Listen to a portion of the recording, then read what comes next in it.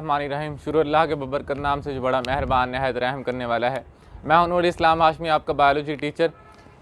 अब हमारा part 3 start होने वाला है। ठीक है, पार्ट 3 में हम लोगों ने ये देखना है कि बच्चों का सवाल ये होता है कि सर जी खुदा ना खास्ता कि हमारे से जो है ना इंटरसेक्स हो गया किसी फ़ीमेल के साथ, ठीक है, और वो भी बिना शादी के, तब क्या होगा। और फिर बच्चों का ये भी सवाल होता है कि शादी के बाद भी हो जाता है, शादी के बाद तो होता ही है, ज़ाहिर सी बात है, मतलब जब शादी के बाद हो जाता है तो तब क्या हो सकता है। ठीक है, बच्चों को जहन में ये सवाल आ जाता है। ठीक है, तो मैं आपको बताता चलूँ कि हमने ये पहले बात डिस्कस कर ली है, स्पर्म क्या होता है मेल सेक्स मटीरियल या फीमेल सेक्स मटीरियल, इसको हम किस तरह से कहते हैं। तो मैं डायरेक्ट पॉइंट पे आता हूँ। ठीक है, जब पीरियड्स हो रहे होते हैं, ठीक है, मतलब 28 डेज़ के बाद होते हैं वो, उस दौरान शादी नहीं की जाती फ़ीमेल की। तो जब शादी की डेट रखी जाती है ना, तो हमेशा फ़ीमेल वालों से डिस्कस करके रखी जाती है, मतलब ये मदर्स को पता होता है। ठीक है, तो वो आपस में डिस्कस कर लेती हैं, तो उस दौरान शादी नहीं करते। ठीक है, क्योंकि उस दौरान जो है सेक्सुअल प्रोसेस पॉसिबल नहीं होता। ठीक है, तो इसलिए वो जो 3 to 7 डेज़ होते हैं ना, मतलब 28 दिनों के बाद जब एग टूटना शुरू होता है, ब्रेक डाउन होना शुरू होता है, जिसका मैंने बताया था पिछले पार्ट में कि किस तरह से ब्लड और डेब्रीज के ज़रिए से वो बाहर निकलता है, वो आपने इसमें मैं लिंक ऐड करूँगा, तो आप लोगों ने वो लेक्चर लाजमी देखने हैं। ठीक है, जब एग ब्रेक डाउन हो रहा है उस दौरान शादी नहीं हो सकती, नो शादी। ठीक है, इस दौरान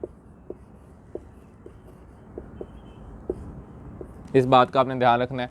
अब सवाल ये होता है बच्चों का, ठीक है, कि शादी होने के बाद, जब शादी हो गई है, सुहागरात होती है, तो फीमेल की जो प्रेगनेंसी होती है वो किस तरह से होती है, कब होती है, या ऐसी कौन सी चीज़ें होती हैं जिनकी वजह से प्रेगनेंसी रुक सकती है, यानी कि वो प्रेग्नेंट ना हो। ठीक है, तो यहाँ से इस बात को हम डिस्कस करेंगे। ठीक है, जब मेल का स्पर्म फीमेल के पास जाता है, वजाइना में इंटर होता है, यहाँ से निकलता है, पीनस से निकलता है, और कहाँ इंटर हो जाता है, वजाइना में इंटर हो जाता है और एग के पास जाता है, तो वो उससे कंबाइन होकर एम्ब्रियो बनाता है, जुड़ के एम्ब्रियो बनाता है। लेकिन वो एम्ब्रियो बनाएगा किस वक्त, जब एग इस काबिल होगा कि वो स्पर्म के साथ जुड़ सके। ठीक है, एग का इस काबिल होना ज़रूरी है, यानी कि अब यहाँ पे मैंने 3 स्टेजेस लिखे हैं इस एग के। पहला एक डेवलपिंग एग लिखा है, एक मैच्योर एग लिखा है और एक अनमैच्योर एग लिखा है। इसको मैं इसी तरह से समझाऊंगा कि एग जो डेवलपिंग एग होता है वो उस वक्त होता है जब लड़की बालिग हो गई है। बालिग होने के बाद पहले 13 दिन, 1 से लेके 13 दिन तक जो उसका एग होता है वो डेवलपिंग एग होता है, और उस दौरान वो स्पर्म के साथ नहीं जुड़ सकता। ठीक है, उसके बाद मैच्योर एग बनता है वो 14th डे से, यानी कि 13th डे के बाद 14th से लेके 19वें दिन तक वो इस काबिल होता है, मैच्योर हो चुका होता है कि वो स्पर्म के साथ मिलके एम्ब्रियो बनाए और प्रेगनेंसी काज करे, प्रेग्नेंट कर सके। ठीक है, और जो थर्ड मैंने यहाँ लिखा है वो अनमैच्योर एग लिखा है, वो 19 दिनों के बाद, यानी कि जब 20वां दिन स्टार्ट होता है तो वो डिक्लाइन होना शुरू हो जाता है, वो टूटना शुरू हो जाता है आहिस्ता आहिस्ता। ठीक है, उस दौरान भी वो अनमैच्योर होने की वजह से वो स्पर्म के साथ मिलके एम्ब्रियो नहीं बना सकता, और जब वो एम्ब्रियो नहीं बना सकता तो फीमेल प्रेग्नेंट नहीं हो सकती। तो बात ये है कि अब इसको मैं एक और मिसाल से समझाता हूँ कि वो जो छोटा बच्चा होता है ना, बिल्कुल छोटा बच्चा, वो किसी काम का नहीं होता जब वो डेवलपिंग एज में होता है। ना वो बोल सकता है, ना वो खुद काम कर सकता है, ना वो पानी ले सकता है, ना फूड ले सकता है।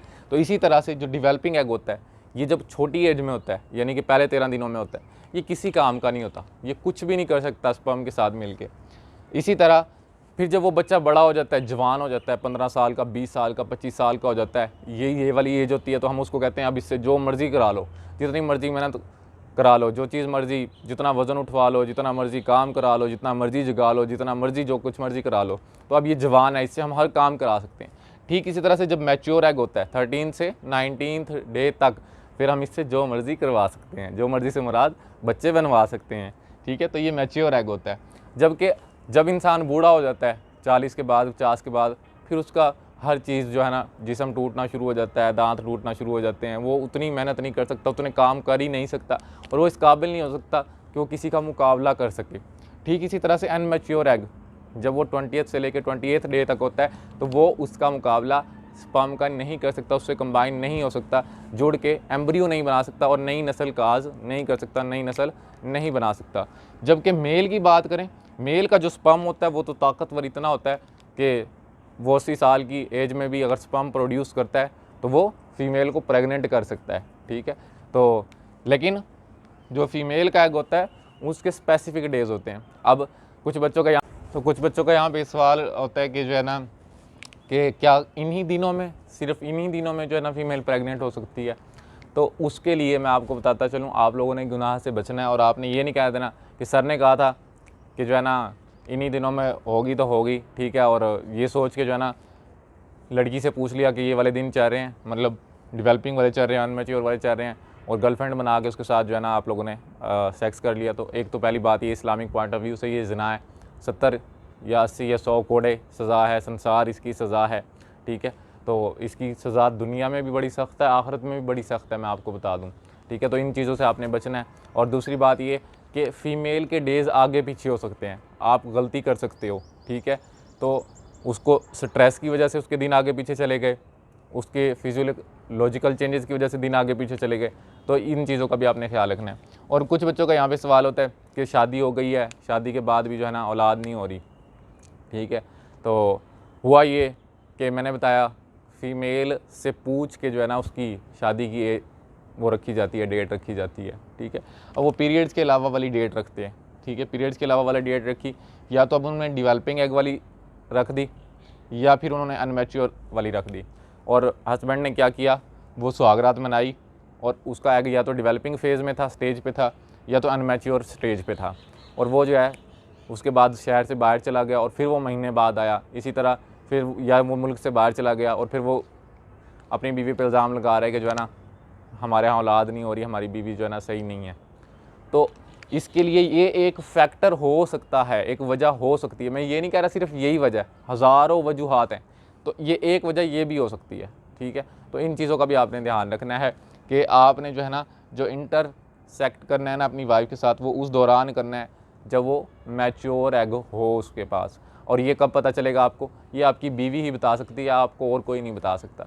अब अपने आपकी बीवी आपको बताया आपको जी ये तो गंदी बातें कर रही है, तो ऐसा नहीं है, वो आपको सिर्फ बता रही है अगर आपको औलाद चाहिए तो इस दौरान आपका दोनों का एक दूसरे के साथ होना ज़रूरी है, ठीक है। तो इन चीज़ों का ख्याल रखना है।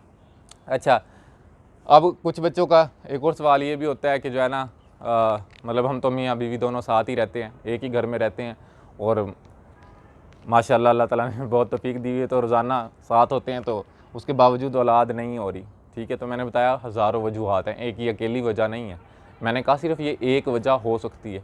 और इसका भी एक और फैक्टर यहाँ पे एक और बन सकता है, एक साथ होने वाला भी, वो ये बन सकता है कि आप जो है ना मियाँ बीवी दोनों एक साथ थे और आपने पहले 13 दिन भी इंटरसेक्ट किया अपनी वाइफ के साथ, ठीक है, और 13 दिन मुसलसल इंटरसेक्ट करने के बावजूद, अब ज़ाहिर सी बात है वो तो डेवलपिंग स्टेज में है, फिर क्या हुआ, घर में लड़ाई हो गई, आपकी सास ने लड़ाई करा दी। यही होता है हमारी फैमिलियों में, ठीक है। सुकून से तो नहीं ना रहने देते हमारे घर वाले, तो देवर ने लड़ाई करवा दी, ननद ने लड़ाई करवा दी। वो लड़ाई की वजह से क्या हुआ, आप 13वें दिन अपनी वाइफ से नाराज़ हो गए और पूरा हफ्ता माशाल्लाह से आप नाराज़ रहे।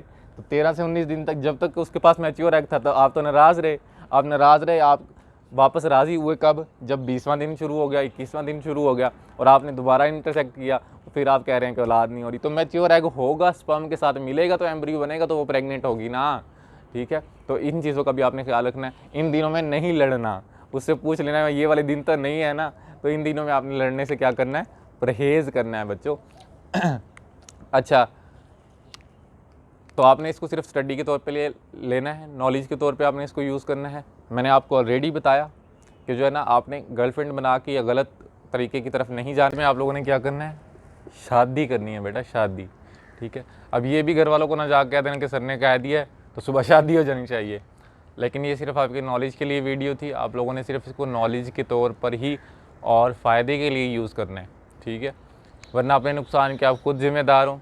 मिलते हैं नेक्स्ट वीडियो में, तब तक के लिए हमारे चैनल को वो जो रेड बटन है वो नज़र आ रहा है उस पर क्लिक हो जाना चाहिए बस। मुझे नहीं पता, चाहे उस पर उठा के ईंट मारो, पत्थर मारो, कुछ भी करो।